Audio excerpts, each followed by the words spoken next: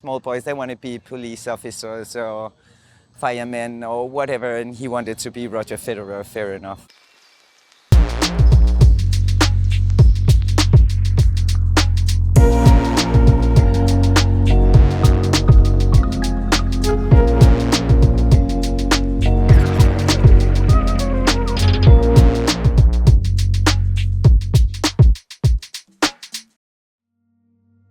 It is difficult to be in Denmark and be the only one with that big dream, and no one around him really understands what's going on, so he's kind of a freak in Denmark.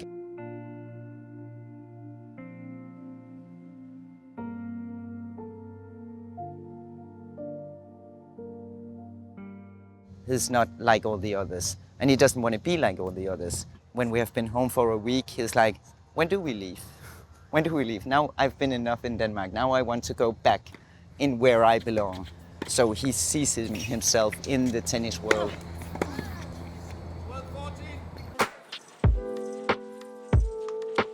He likes being in an environment where there are people like him. And being in London or being at Moratoglu, then he's suddenly not a freak anymore. Then he's one of the guys. To be in this tennis life is a great life, I think, and I think she feels that the same as me.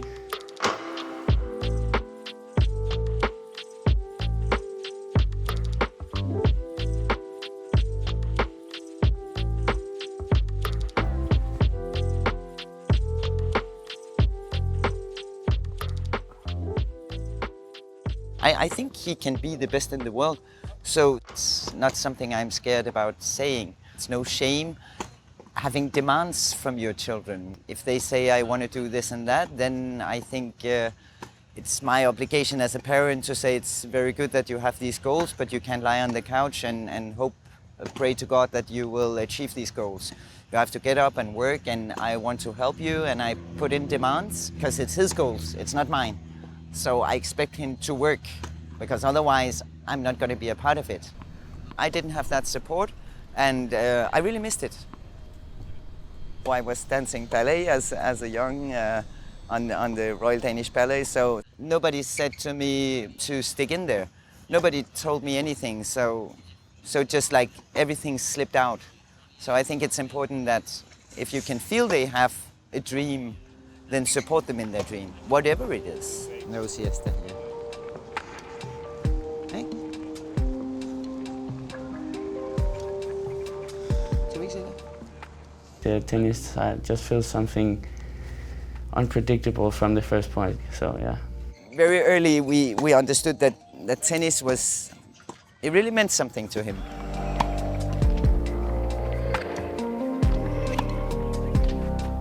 He started when he was 6, and he was very focused. And when he learned something at the lessons in the club, then he went home and in the living room he was doing the swing lines and the leg movements. And then in school they have birthdays all the time, and he didn't want to skip his practice.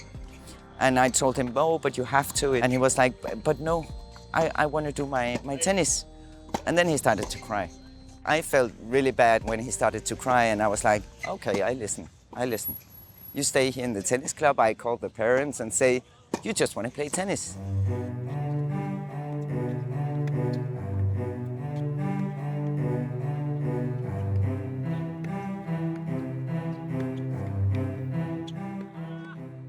Then he wanted as well to try to play tournaments, but when I was like, you're too small and you're not good enough. But then they have these foam ball tournaments. We decided, okay, he can try one of these. And then he became number 2 in this tournament, and he didn't want to accept the trophy because he wanted to be number 1. And at that point, he was a big fan of Rafael Nadal. Was at that time number 2 in the world, and Roger Federer was number 1. And when we came home from the tournament, he said, I never want to be number 2. Never. I want to be number 1. And then we had to put up Roger all over his room instead of Rafa, even though he likes both players, but he didn't like being number 2.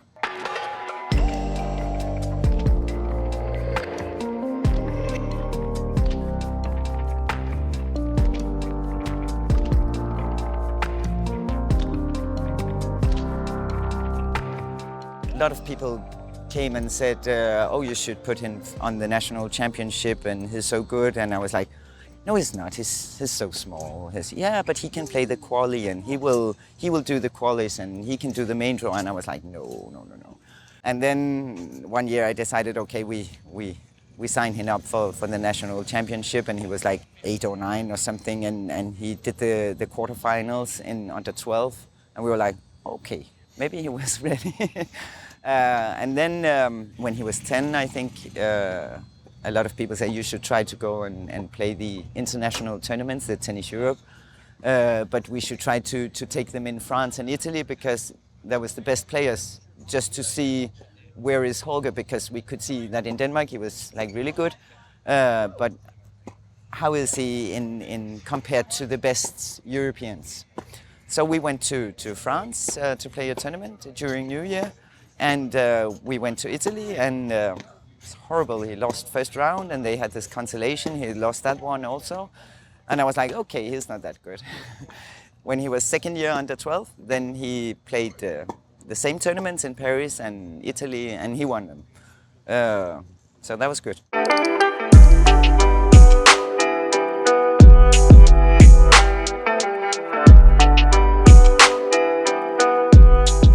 Only practice against Danish players would not make the perfect development for him, because I didn't want him to play with the big boys all the time, because he was still a little boy, and I didn't want him to get injured.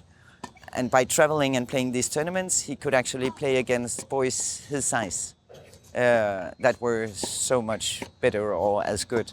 So we did that.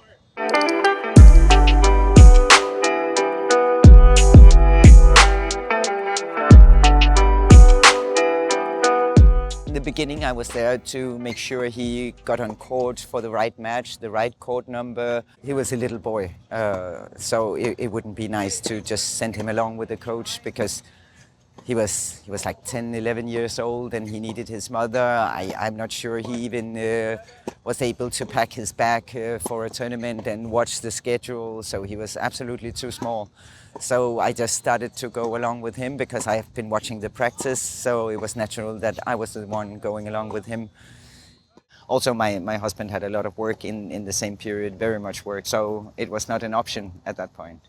The older he got, the more natural it was for me to be the one going with him.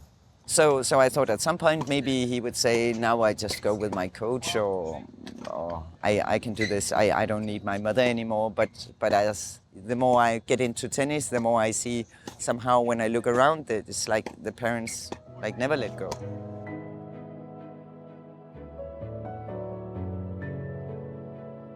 Of course, she knows me that well.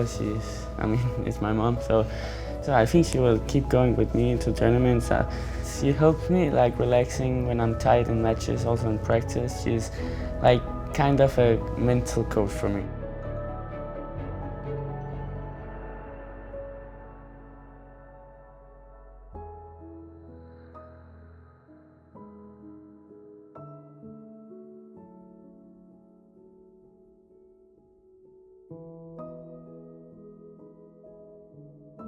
The next year will be terrible in terms of losing matches, feeling bad, but we've been there before. He was always thrown in front of the lions since he was little.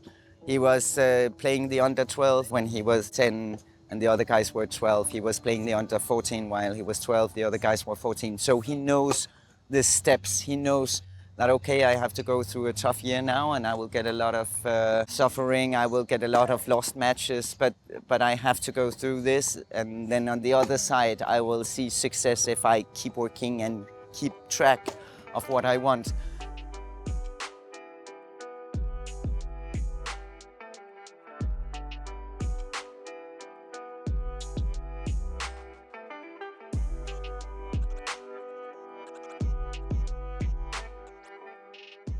When I felt the economic pressure, then somehow, even though you try not to, I don't talk about finances with Holger, but somehow you get a little more tense. We went to Doha to play some ITF tournament, and it was so expensive. The food, the hotel, everything was crazy expensive. And then you get the feeling like, oh, please go to the quarterfinal, please, please, because otherwise this trip, if you lose the first round here, then, oh my God. And I got the feeling that, okay, this is not good. I think he knows Australian Open was very expensive, but then again, it's French Open and Wimbledon cost actually almost the same, and he doesn't know that.